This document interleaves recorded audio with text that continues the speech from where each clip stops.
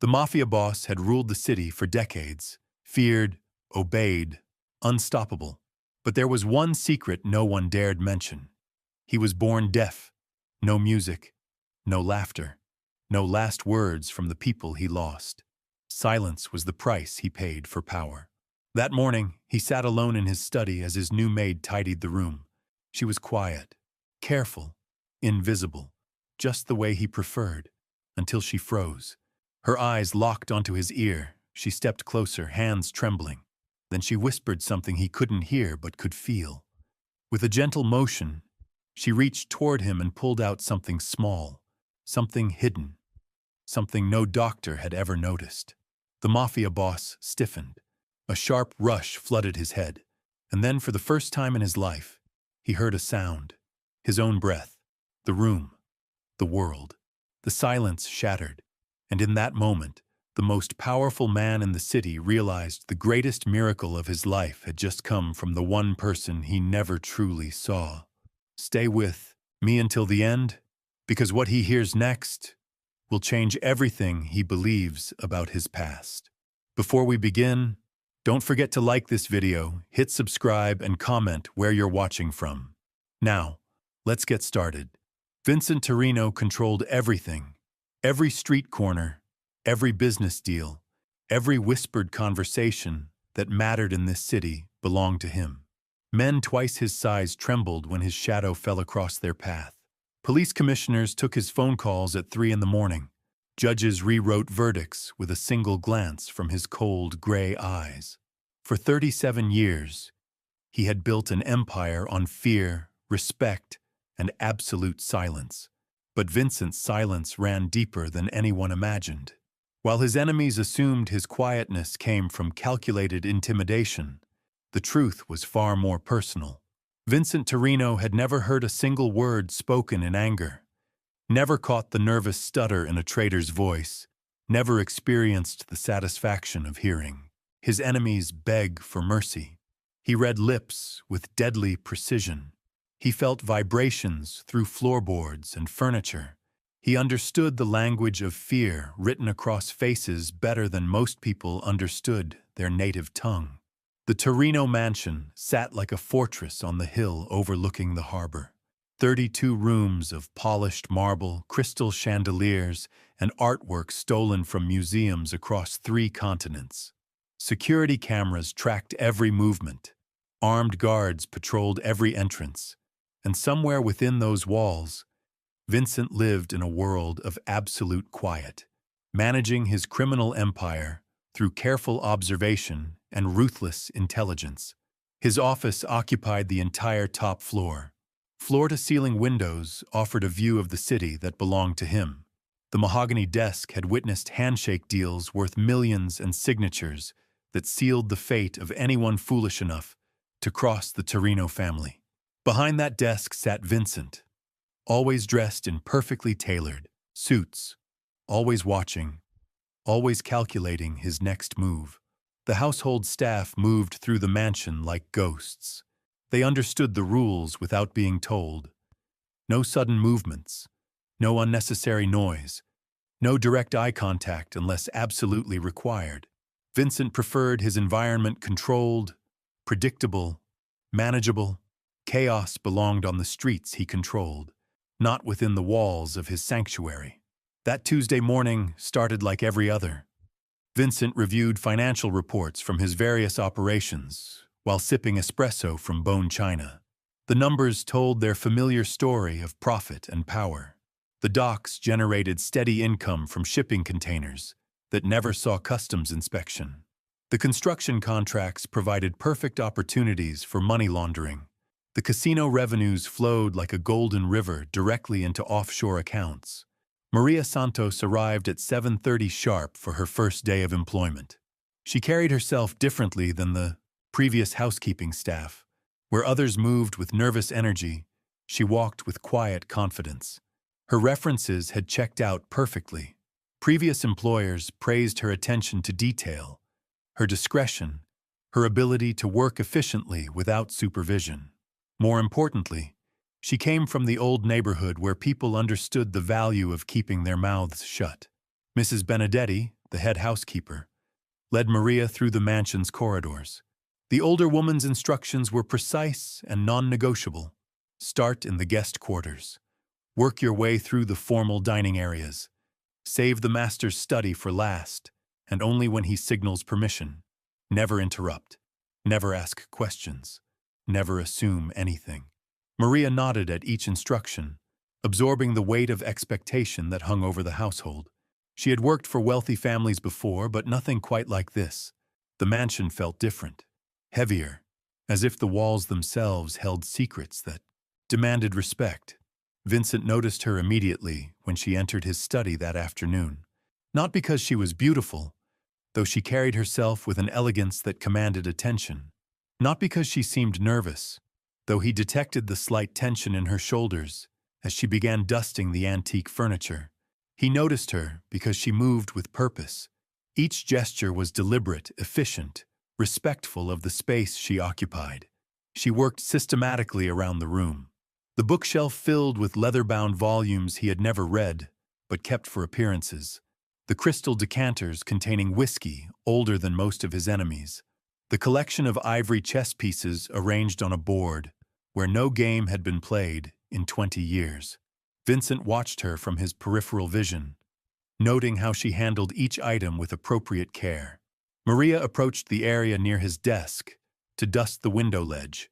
Vincent continued reading his reports, maintaining the illusion of disinterest while keeping her within his sight. She worked quietly, respectfully, exactly as he preferred. But then something changed. Her movements slowed. She paused mid-motion, cloth suspended in her hand. Vincent looked up to find her staring directly at him with an expression he couldn't immediately interpret. Not fear, not curiosity, something else entirely. Something that made his chest tighten with unfamiliar tension. She took a step closer, then another. Her eyes remained fixed on the right side of his head, with an intensity that made Vincent's jaw clench. No one stared at him like this. No one dared examine him as if he were a puzzle requiring solution. His hand moved instinctively toward the desk drawer where he kept his pistol. But Maria's expression wasn't threatening. It was concerned, almost maternal. She raised her hand slowly, pointing toward his ear with a trembling finger. Her lips moved, forming words he couldn't hear but somehow felt in the space between them. The air itself seemed to vibrate with whatever message she was trying to convey. Vincent's world operated on control. Every variable managed, every outcome predicted, every threat neutralized before it could materialize. But this moment existed outside his carefully constructed reality. This woman, this stranger, was seeing something that dozens of doctors, specialists, and medical experts had missed throughout his entire life. Maria's hand hovered inches from his ear. Vincent could feel the warmth radiating from her palm, could sense the careful deliberation in her movement. Every instinct screamed at him to pull away, to reassert control, to remind this woman exactly who she was dealing with. But something deeper held him frozen in place. Something he had never experienced before. Trust. Her fingers moved with surgical precision, not the cold, clinical touch of the medical professionals who had poked and prodded him throughout childhood. This was different, gentle, almost reverent, as if she understood that what she was about to do would change everything. Vincent felt a strange pressure in his ear canal, a sensation he had grown so accustomed to that it had become part of his normal existence, like a constant companion he had never questioned. Maria's brow furrowed in concentration as she worked, her breathing steady and focused. She was reaching for something that had been there for decades. The resistance was immediate. Whatever blocked his hearing had settled deep, becoming part of his anatomy through years of neglect. Maria paused, meeting his eyes with a look that asked permission to continue. Vincent found himself nodding, surrendering control to this woman he barely knew. The most dangerous man in the city placing his fate in the hands of his housekeeper. She adjusted her approach, angling differently, applying gentle but persistent pressure. Vincent felt movement inside his head, a shifting sensation that made his stomach clench with anticipation and terror. What if this changed nothing? What if he remained trapped in silence forever? What if this moment of hope became just another disappointment in a lifetime of medical failures? Then something gave way. A small, dark mass emerged from deep within his ear canal. Waxy, compacted, years of buildup that had slowly stolen his connection to the world. Maria held it in her palm, staring at the tiny object that had imprisoned Vincent's hearing for 37 years. Such a small thing to have such devastating consequences. The rush hit him like a physical blow. Air moving through passages that had been blocked since childhood. Pressure equalizing in ways his body had forgotten were possible. Vincent's hands flew to his head as sensation flooded his skull. His heart hammered against his ribs as his brain struggled to process completely foreign input. And then he heard it. The sound of his own breathing.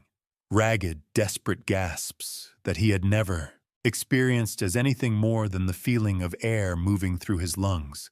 Now they had texture, rhythm, presence. The sound filled the room. Echoing off walls that had held silence for so long, they seemed surprised to carry noise. Vincent's eyes went wide with shock. His mouth opened, but no words came. How could there be words for something this impossible? His breathing grew louder, more frantic, as if he were drowning in sound after a lifetime underwater.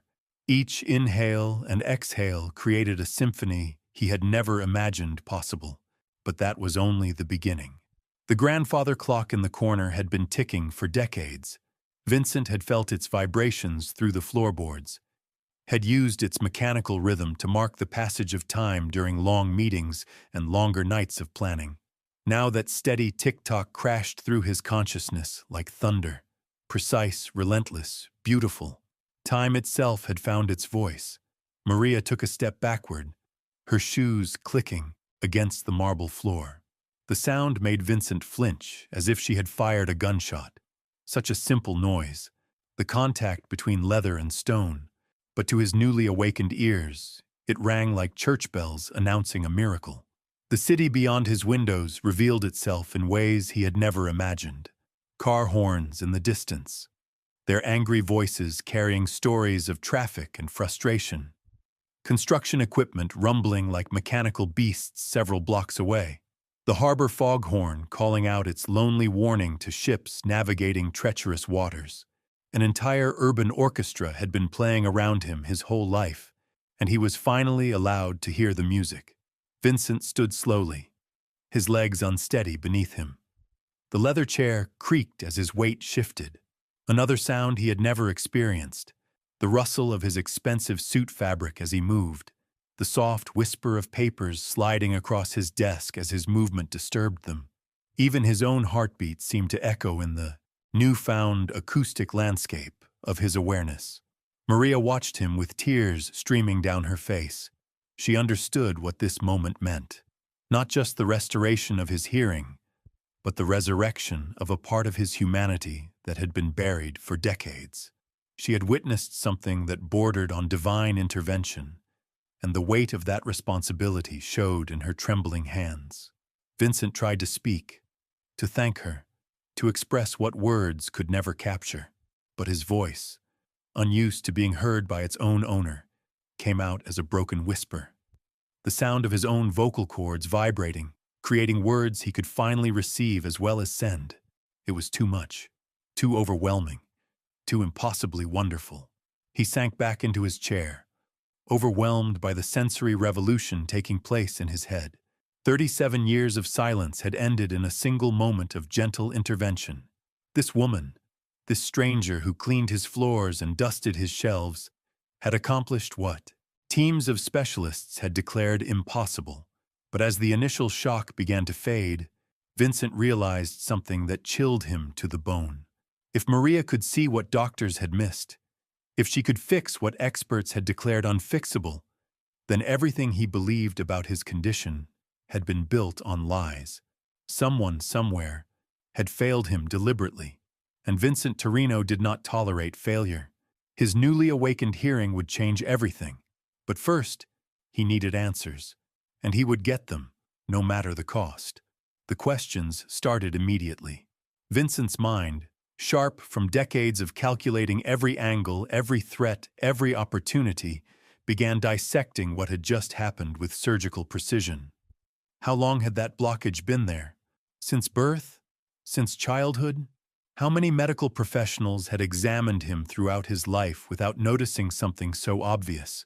Dr. Morrison had been the family physician for 23 years, a respected ear specialist who charged premium rates for his expertise. He had examined Vincent's ears countless times, always concluding that the deafness was congenital, irreversible, something to accept rather than treat. Vincent remembered sitting in that sterile office as a 12-year-old, while Dr. Morrison explained to his father that some conditions simply couldn't be fixed, but Maria had fixed it in 30 seconds. Vincent's breathing grew sharper as anger began mixing with wonder. Each inhale now carried the sound of rage building in his chest. The grandfather clock continued its relentless ticking, but now it sounded like a countdown to someone's reckoning. Because if Dr. Morrison had missed something this simple, this treatable, then either he was incompetent or he was complicit. In Vincent's world, both options carried the same consequence. Maria stood frozen near the window, clutching the small, waxy mass she had extracted. Her face showed concern mixed with growing fear as she watched Vincent's expression darken. She had worked for powerful families before, but none quite like this. The stories whispered in the old neighborhood painted Vincent Torino as someone who settled debts with permanent solutions, and she had just revealed that someone had been lying to him for decades. Vincent stood again, his movements more controlled now, despite the overwhelming sensory input flooding his consciousness. He walked to his desk and opened the top drawer, not for the pistol this time, but for his phone. The device felt different in his hands now that he could hear its subtle electronic hum, the barely audible vibration of its internal mechanisms. He dialed Dr. Morrison's private number, the one reserved for emergencies and family matters. As the phone rang, Vincent experienced something completely new, the actual sound of a telephone call. Each ring reverberated through the speaker, through his ear into his consciousness with crystal clarity. When the doctor's voice answered, Vincent nearly dropped the phone. A human voice, real, textured, carrying emotion and inflection that lip reading had never conveyed. Dr. Morrison sounded older than Vincent remembered, tired, perhaps a little nervous about receiving an unexpected call from his most dangerous patient. Vincent's own voice came out stronger this time, though still rough from the shock of hearing himself speak. He arranged an immediate appointment, not a request, a command delivered with the quiet authority that had made grown men weep. Dr. Morrison agreed without question, as he always did when the Torino family called. After ending the call, Vincent turned his attention back to Maria. She remained by the window, still holding the evidence of 3 decades of medical negligence. Her hands trembled slightly, and Vincent could hear that trembling now, the subtle rustle of fabric as her body shook with nervous energy. Even fear had a sound, and it was more complex than he had ever imagined. But beneath her fear, Vincent detected something else: compassion. The same maternal concern that had driven her to examine his ear in the first place. This woman had risked her job, possibly her safety, to help him. In a world where everyone wanted something from Vincent Torino, she had simply wanted to ease his suffering. Vincent approached her slowly, his footsteps echoing against the marble floor like gunshots. Each step announced his presence in ways that had been impossible before. Power had always been visual for him. The way people's faces changed when he entered a room. The way conversations stopped mid-sentence. The way even hardened criminals found excuses to look anywhere except directly at him. Now power had a soundtrack. The whisper of expensive fabric as he moved. The authoritative click of Italian leather against stone. The subtle creaking of floorboards responding to his weight. Even his breathing carried menace when amplified by newfound hearing. Vincent realized he had been performing his role as a crime boss, with only half the tools available to him. Maria finally looked up as he approached. Her eyes were wide, still processing the magnitude of what she had accidentally accomplished. Vincent stopped directly in front of her, close enough that she had to tilt her head back to meet his gaze, close enough that he could hear her heart beating faster with each passing second. For a long moment, they simply stared at each other. Vincent studied her face with new appreciation for the woman who had just changed his life forever. Maria was perhaps 35, with the kind of weathered beauty that spoke of hard work and harder choices.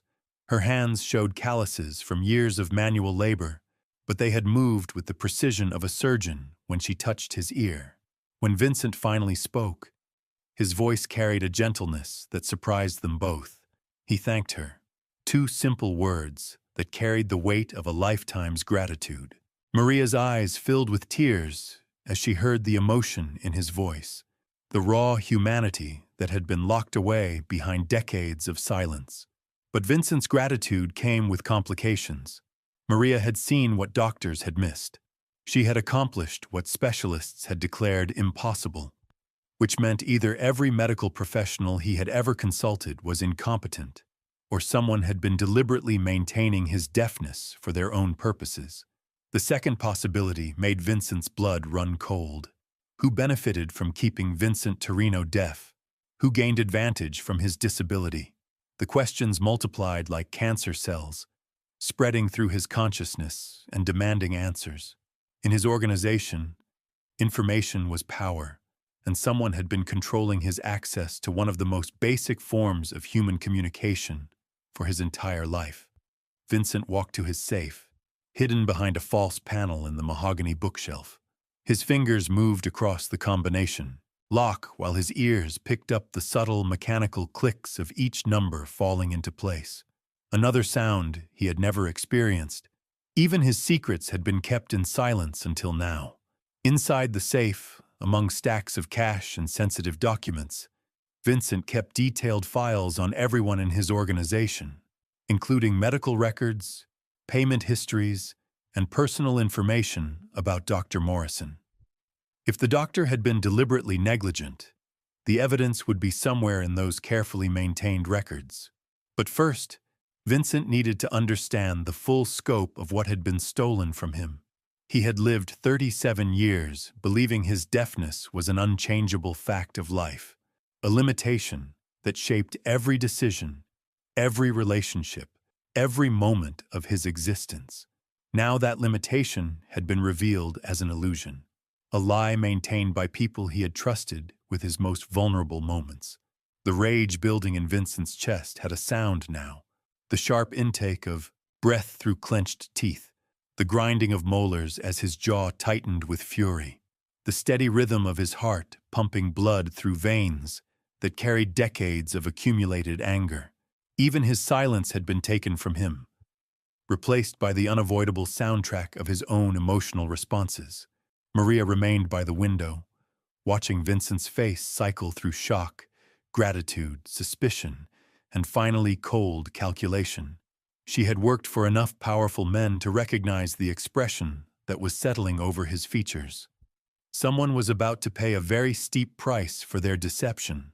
Vincent's phone rang again, and this time he was prepared for the sound. The caller ID showed his lieutenant, Marco, checking in with the day's reports. Vincent answered, and for the first time in his life, he heard the voice of his most trusted associate.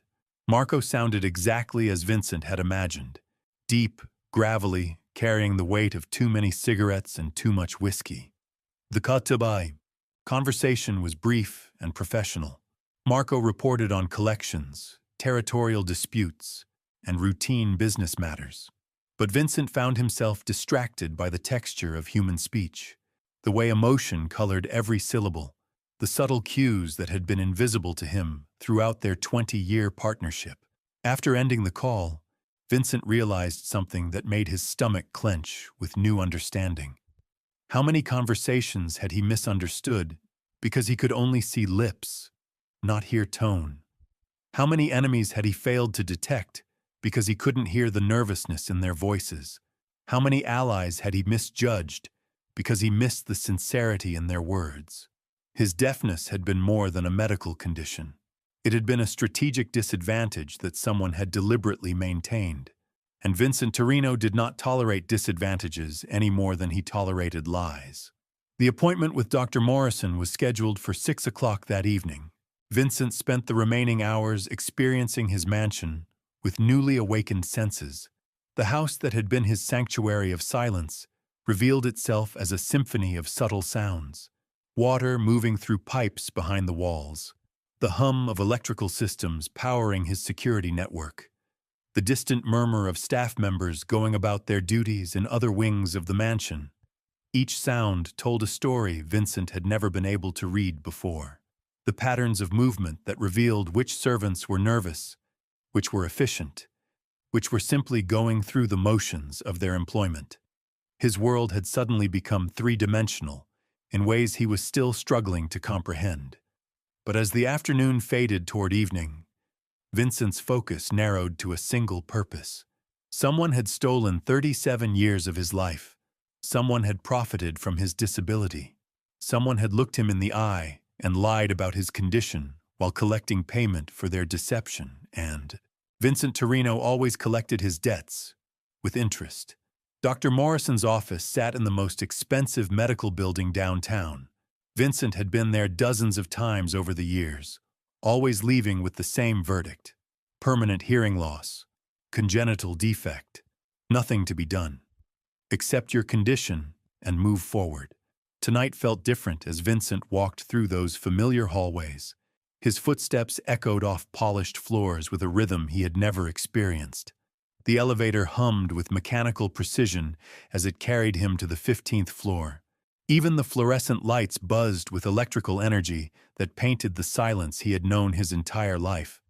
Dr. Morrison's receptionist looked up nervously as Vincent entered the waiting area. She had always been skittish around him, but tonight her fear had a soundtrack.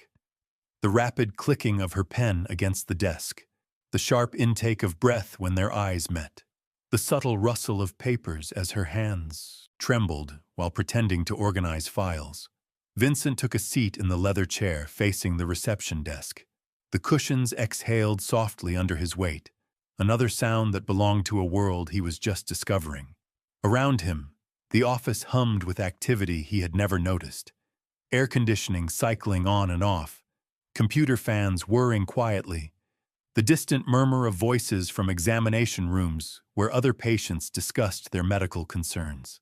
20 minutes later, Dr. Morrison emerged from his private office. The man looked exactly as Vincent remembered. Silver hair, perfectly styled, expensive suit tailored to hide a growing paunch, gold-rimmed glasses that reflected the overhead lighting. But now Vincent could hear the doctor's approach. The confident stride that had always seemed professional suddenly sounded hollow, artificial, like an actor playing a role he had rehearsed too many times. The handshake felt different, too. Vincent could hear the slight tremor in Dr. Morrison's breathing, the way his voice carried just a hint of nervousness, despite his practiced, bedside manner. They walked into the examination room together, and Vincent noticed how the doctor's shoes squeaked slightly against the floor. Such a small detail, but one that suggested discomfort beneath the polished exterior. Dr. Morrison gestured toward the examination chair with practiced authority. Vincent settled into the familiar position, while the doctor prepared his instruments. The otoscope clicked as it was assembled, the light buzzing to life with electronic precision. Vincent had undergone this examination countless times, but never with the ability to hear every mechanical detail of the process. The doctor approached with his usual professional confidence, but Vincent detected something new in his movements, a hesitation that hadn't been there during previous visits, as if Dr. Morrison sensed that tonight's examination might reveal more than either of them was prepared to handle. Vincent tilted his head to allow access to his right ear, the same ear that Maria had treated just hours earlier. Dr. Morrison positioned the otoscope and peered inside, his breathing steady but slightly faster than normal. Vincent could hear everything now. The doctor's quiet gasp of surprise, the sharp intake of breath that suggested discovery, the moment when professional composure cracked just enough to let truth slip through. Dr. Morrison stepped back from the examination chair, his face pale beneath the office lighting. His hands trembled as he set down the otoscope, the instrument clattering against the metal tray with more noise than necessary. For several long moments, silence filled the room. Not the comfortable silence Vincent had known his entire life, but the heavy, oppressive quiet that comes before devastating revelations. When Dr. Morrison finally spoke, his voice carried defeat. The blockage was gone, completely removed. After decades of examinations, the obstruction that had stolen Vincent's hearing had vanished as if it had never existed. The doctor's words came out in careful, measured tones, but Vincent could hear the underlying panic beneath each syllable. Vincent's expression remained neutral, but his newly awakened hearing caught every nuance of the doctor's distress. The way his voice cracked slightly on certain words, the increased pace of his breathing as stress flooded his system, the subtle shift in tone that suggested a man desperately trying to control a situation that had spiraled beyond his influence. The questions came next, delivered with the quiet intensity that had made Vincent Torino legendary in certain circles. How long had the blockage been visible during examinations? When had Dr. Morrison first noticed the obstruction? Why had removal never been attempted or even suggested as a treatment option? Dr. Morrison's answers came slowly, each word carefully chosen but ultimately inadequate. His high claimed the blockage had been difficult to detect, suggested that removal would have been risky without proper surgical facilities, insisted that the hearing loss had appeared to be nerve damage rather than mechanical obstruction. Vincent listened to these explanations with growing certainty that every word was a lie. His newly awakened hearing allowed him to detect the subtle vocal patterns that accompanied deception. The slight tremor that crept into the doctor's voice when he stretched the truth, the way his breathing became shallow during the most fabricated portions of his explanation. But it wasn't just the lies that Vincent could hear now, it was the fear. Dr. Morrison was terrified, and that terror had a very specific quality. This wasn't the general nervousness that came from treating a dangerous patient. This was the focused dread of someone whose carefully constructed deception had just collapsed around him. Vincent stood slowly from the examination chair, his movement generating sounds that seemed to echo with menace in the small room. His suit fabric whispered against itself as he straightened his jacket. His shoes clicked against the floor with measured precision. Even his breathing carried an ominous weight that made Dr. Morrison step backward toward the wall. The conversation that followed was brief but comprehensive. Vincent's voice remained calm, controlled, almost conversational in tone. But beneath that civilized surface lay the promise of consequences that made the doctor's face drain of all remaining color. Vincent asked about payment records, treatment histories, and consultation notes spanning the past 23 years. Dr. Morrison's responses became increasingly desperate as the scope of his deception became clear. The blocked ear canal had been visible during every examination since Vincent was 14 years old. The condition was not only treatable, but easily corrected with basic medical intervention. The continuing diagnosis of permanent hearing loss had been a deliberate misrepresentation maintained for over 2 decades. Vincent absorbed this information with the calculating precision that had built his criminal empire. Someone had paid Dr. Morrison to keep him deaf. Someone who benefited from Vincent's disability had been financing his medical deception for most of his adult life. The question was who, and the answer would determine how many people died before this matter was resolved. The doctor's confession came in broken segments, interrupted by tears and desperate pleas for mercy. Vincent listened to it all with newly awakened ears, hearing not just the words, but the complete emotional breakdown of a man whose lies had finally caught up with him. The truth was worse than Vincent had imagined. Sometimes the greatest revelations come from the most unexpected places. Vincent Torino discovered that power built on silence could be shattered by a single act of compassion. Maria didn't just restore his hearing. She exposed decades of betrayal and gave him something more valuable than fear or control. She gave him truth. In a world where everyone wanted something from him, one woman simply wanted to help, and sometimes that changes everything.